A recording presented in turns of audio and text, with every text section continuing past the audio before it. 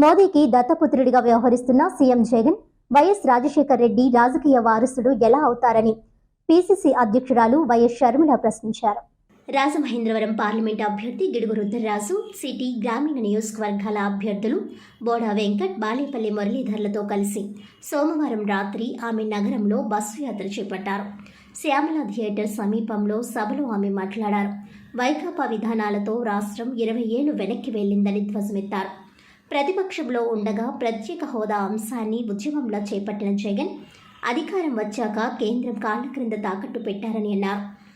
5 ఏళ్ల పాలనలో కనీసం రాజధాని కూడా కట్టలేని పరిస్థితికి దిగజారిపోయారని అన్నారు. ఏటా జాబ్ క్యాలెండర్ ఇస్తానని ప్రకటించి విస్మరించారని అన్నారు.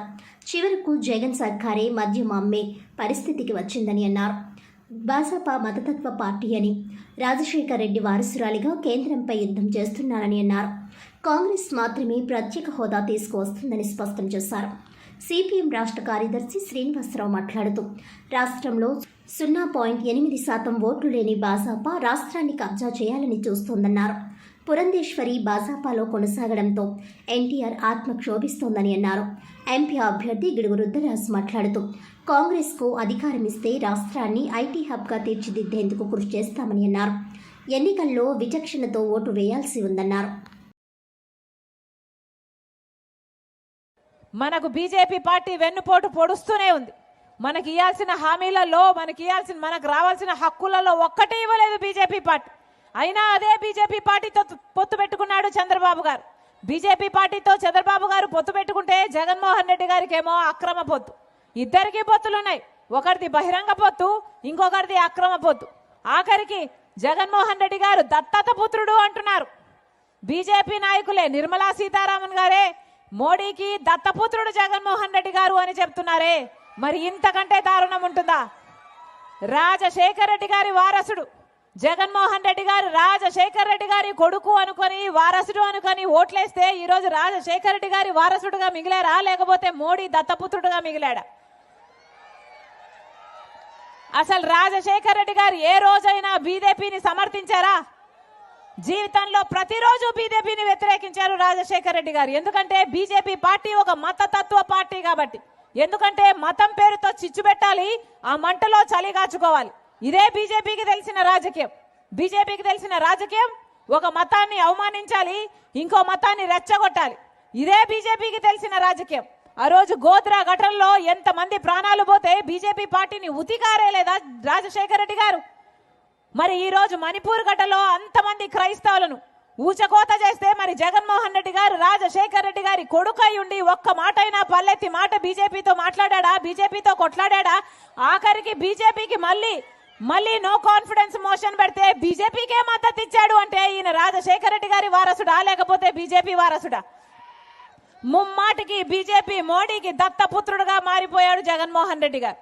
ఇంత అన్యాయం చేస్తున్నారు మన రాష్ట్రానికి. ప్రత్యేక హోదాను తాకట్టు పెట్టారు, రాజధానిని తాకట్టు పెట్టారు, మన బిడ్డల భవిష్యత్తును, రాష్ట్రాన్ని మొత్తము స్వప్రయోజనాలకు తాకట్టు పెట్టారు.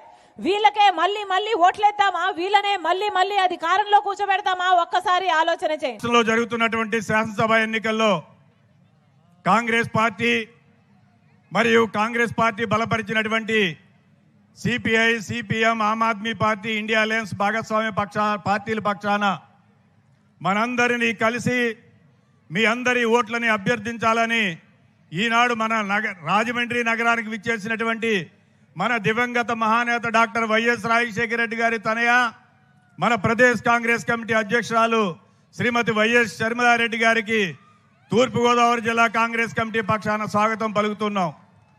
అదేవిధంగా జిల్లా కాంగ్రెస్ కమిటీ అధ్యక్షురాలు అరుణ్ కుమార్ గారు, ఇక్కడికి విచ్చేసినటువంటి సిపిఐఎం రాష్ట్ర కార్యదర్శి శ్రీనివాస్ గారు, రాజమండ్రి లోక్సభ పరిధిలో పోటీ చేస్తున్నటువంటి 7 అసెంబ్లీ నియోజకవర్గాల పార్టీ పెద్దలు, ఇక్కడికి విచ్చేసినటువంటి నా సోదర మిత్రులందరికీ కూడా జిల్లా కాంగ్రెస్ కమిటీ తరఫున, నా తరఫున మీ అందరికీ నా హృదయపూర్వక నమస్కారాలు తెలియజేస్తున్నాను. ఈ ఎన్నికల సంగ్రామంలో మనందరికీ తెలుసు, శ్రీమతి షర్మిలారెడ్డి గారు ప్రదేశ్ కాంగ్రెస్ కమిటీ అధ్యక్షురాలుగా తీసుకున్న తర్వాత ఈ రాష్ట్రంలో కాంగ్రెస్ పార్టీని పునరుత్తేజం తేవడం కోసం రాత్రి పగలు పనిచేస్తున్నటువంటి విషయం మనందరికీ తెలుసు. దివంగత మహానేత డాక్టర్ వైఎస్ రాజశేఖర రెడ్డి గారి కన్న కళ ఆనాడు శాసనమండలి సభ్యుడిగా పార్టీ ప్రధాన కార్యదర్శిగా ఉన్నటువంటి మాలాంటి వాళ్ళందరికీ కూడా స్ఫూర్తిగా పనిచేసి వారు ఈ దేశానికి రాహుల్ గాంధీ గారిని ప్రధానమంత్రి చేయాలనేటువంటి కోరికతో ఉన్నారు. ఆ కోరికను నెరవేర్చడం కోసం వారి పక్షాన శ్రీమతి షర్మిలారెడ్డి గారు మనందరికీ తోడుగా నిలబడడానికి ఈ రోజున కాంగ్రెస్ పార్టీ పగ్గాలు చేపట్టిన విషయం మనందరికీ తెలుసు.